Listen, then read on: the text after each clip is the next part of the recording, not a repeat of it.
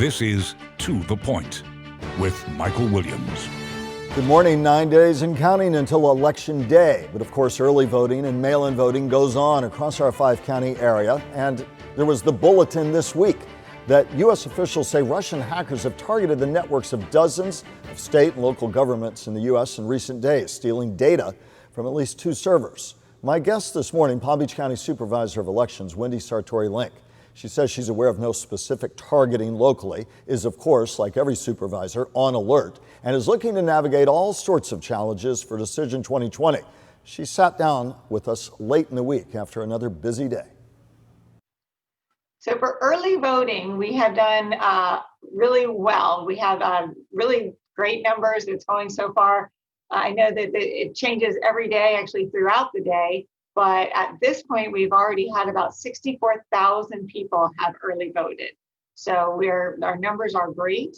In terms of our mail-in ballots, we've already received right now 283,000 back into our office already. So that continues, of course, to grow every day as well. Give us perspective on how many registered voters we have and the numbers you just gave us. Where are they in terms of the pace of, say, 2016? So we're going to have about 1,020,000 eligible registered voters for this election. And we are, I think the very first day of early voting may have even been right about the same or slightly less than 2016. But since then, it's kept pace. We certainly, in terms of vote by mail, we've broken all kinds of records. We're way ahead of vote by mail compared to 2016 or any other year. Any sense of the kind of turnout overall we'll have between early voting, mail-in voting, and Election Day as you talk to your staff, look at historical trends, talk to your colleagues around the state? Yeah, we're thinking we could hit 80%, which would be huge. But just to put it into perspective, as of right now, as we take this early, I know, but we're at 34% already. Wow. And and that's just the early voting and the vote by mail before we even hit Election Day. Ms. Sartory Link, for those who have not yet voted or mailed in, talk about process, talk about how many sites you have available for early voting and how many drop boxes where people can go and drop off their vote if they choose to go that route. Right. So we have 18 early voting sites, which is the most we've ever had. All of those are listed on our website. We also have our 4 offices, our main office in West Palm, plus one in Delray, Palm Beach Gardens, and Belle Glade. You can drop at any of those sites. But in addition to that, we have a total of 25 vans. And those 25 vans are at 17 of our early voting sites, the 18th being our Belle Glade office, which has a 24/7 drop box, so we didn't need to have one there. And so we have 17 early voting sites have a van that sits out in the parking lot so that a voter can either drive right by or park in the parking lot, drop it off, and not even have to walk up to the site. And then we have 8 additional sites that are not early voting sites that are just there for people to be able to drop off. Much has been made of ballot security. At the drop box locations, you mentioned right before we went on camera that you all are doing something in addition to state requirements to make sure that people can feel comfortable that when they drop off their ballot at one of these drop-off locations, 4 of them, that they're secured. What are you doing? So we have 24/7 video surveillance on those all those drop boxes at our main office and the outer offices. But in addition to that, we have during the day, our staff is sitting outside and greeting voters and watching to make sure that nobody's trying to do anything wrong with that. And then we've hired sheriff deputies. So we have sheriff deputies just in the parking lot at night after our offices have closed, because we want those boxes to be open and available for people 24/7. But we want to make sure that nobody's going to try to do anything. Having it on the video camera tells us who did it, but it doesn't stop it from happening. So we do have that security as well. Ms. Sartory Link, I want to talk a little more about security in a moment, but first, as we look toward Election Day itself, how many polling locations will there be, first of all, across this huge county? So we're going to have 427 polling locations open across the county. It's the same number that we had for the primary in August. We were very fortunate that we I think we had one that changed it, but it was at the same site. It's just a different building on that site. So we did send out a change, but again, it's not going to be a big deal for those voters. And everything else remains the same, which helps with voter confusion. They can go to the same place they went in August. How many poll workers do you need? How many do you have? I know it's been a challenge statewide. Where are you with that? I'm going to knock on wood. Right now, we have about 4,000 poll workers that are either already assigned or they're scheduled for classes. We don't technically assign them until after they've completed their class, but we have about 4,000. We are still looking to train. We just added 3 additional training locations that we're working on so that we can train some more people. We had a really good response to some calls that we made through a phone bank and through some robocalling to get more people. I'd love to have 5,000 election workers on election day so that if we have people, COVID has a spike or there's some problem that people end up canceling at the end, that we're not going to be in a bad position. What about safety protocols for the person who says, I want to go vote on election day, and there will be many who do. What assurances can you give? What protocols are in place to secure them being in line amidst this COVID-19 shadow that all of us live under? So what we're doing on all of our locations, both for early voting and for election day voting, we're going to start with, we have the 6-foot social distancing, and we have green tape on the floors letting everybody know, marking it 6 feet apart inside the polling location, as well as for the first 150 feet at least outside the location. Then everybody is being asked to wear a mask because it is the county mandate still to have a mask in a public location. We will have all of our poll workers will have their temperatures taken in the morning before they begin work to make sure that nobody's coming in with a fever. They also fill out a COVID questionnaire to make sure that everybody's on the safe side there. They have plexiglass shields between the poll workers and the voters. Poll workers will be required to wear a mask, and some of them, in addition, we provide the facial shields if they want to have double protection.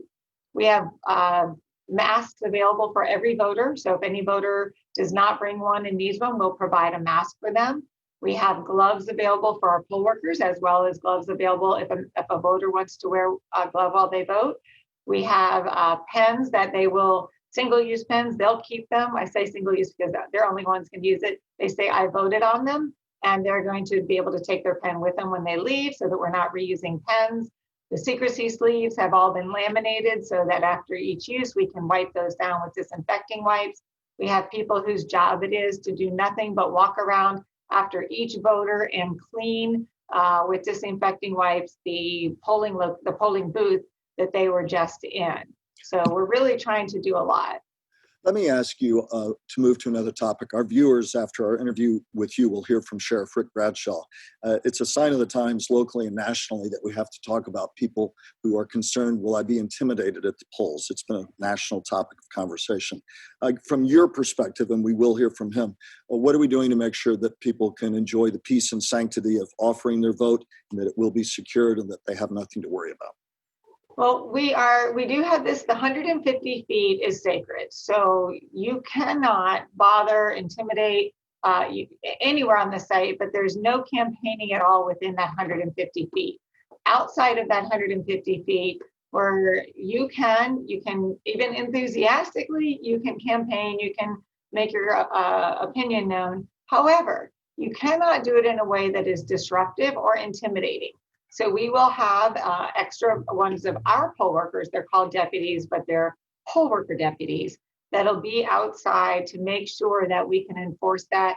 Tell somebody they've got to stop if they're doing anything. However, and we want to try to not have law enforcement on the grounds because we don't want there to be any voter intimidation.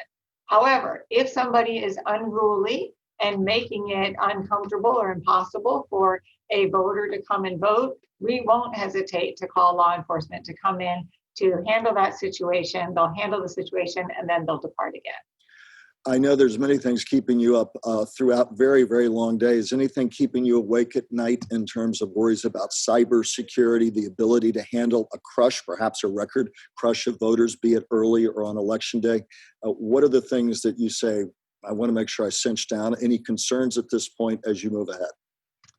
I think certainly the cybersecurity is always going to be a concern because it's such a big deal, and it's so the bad guys can always be a step ahead. So we are working really closely, continuing to work closely with the FBI, Homeland Security, the state cyber navigators, CISO, which is an arm of Homeland that oversees things. And we do know is that some of the stuff has already hit the news that Russians and Iranians have gotten into some databases. As far as we know, it has not been ours, but we know that's a possibility. So what we're really doing is trying to have a lot of backup plans. So if this would happen, what's our contingency plan? So that in the end, we want to make sure everybody can vote and that the vote's going to count. So we're spending a lot of time right now having contingency plans for what might go wrong. And of course, trying to, on the flip side, do the prevention to make sure that it doesn't. We only have about 30, 40 seconds left. Your final thoughts and message to voters. It's so important that you get out and vote, whether you want to do it vote by mail, early voting, or election day voting.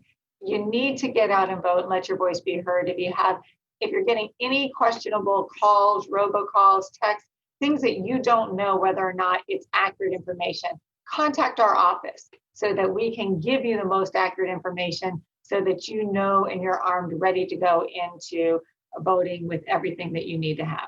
And you feel good that it's going to be a record, perhaps turnout, and that you all are going to shine.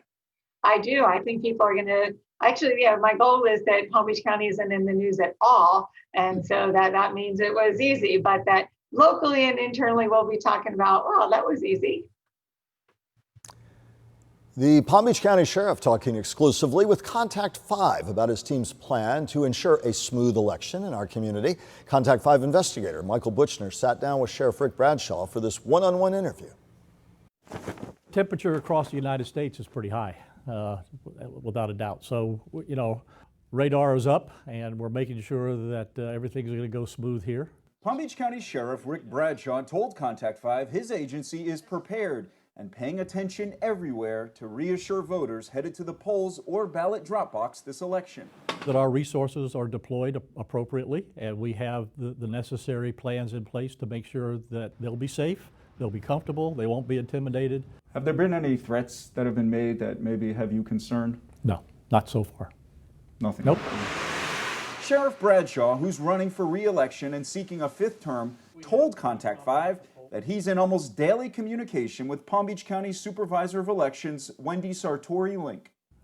Have a great relationship with the Supervisor of Elections. We're making sure the tabulation sites are secure, that they're not going to be disrupted. You have a number of sites where people can actually physically put their mail-in ballot into a box. So we physically have eyes on it. Between her staff and mine, it's monitored 24 hours a day to make sure nobody tampers with those boxes. The sheriff understandably declined to answer specific questions about manpower during early voting and on election day, saying he doesn't discuss operational issues. We also asked him about his efforts to monitor social media for any alarming chatter about the election. We're in charge of Homeland Security for South Florida. So you can read into that what you like, but we're able to gather the intelligence that we need to get for whatever threat's going to be in South Florida. What is your message to anyone thinking about maybe going to the polls and maybe trying to intimidate voters? It's not going to work for you. We're not going to tolerate any type of disruption at the polls. And the sheriff also offered this assurance to Palm Beach County voters looking to cast their ballot. No one's going to harass you. No one's going to try to intimidate you. In Palm Beach County, Michael Buchner, WPTV News Channel 5. Sheriff Bradshaw said his department's prepared if there's any type of issue that arises because of the election and if it takes several days for final results to come in.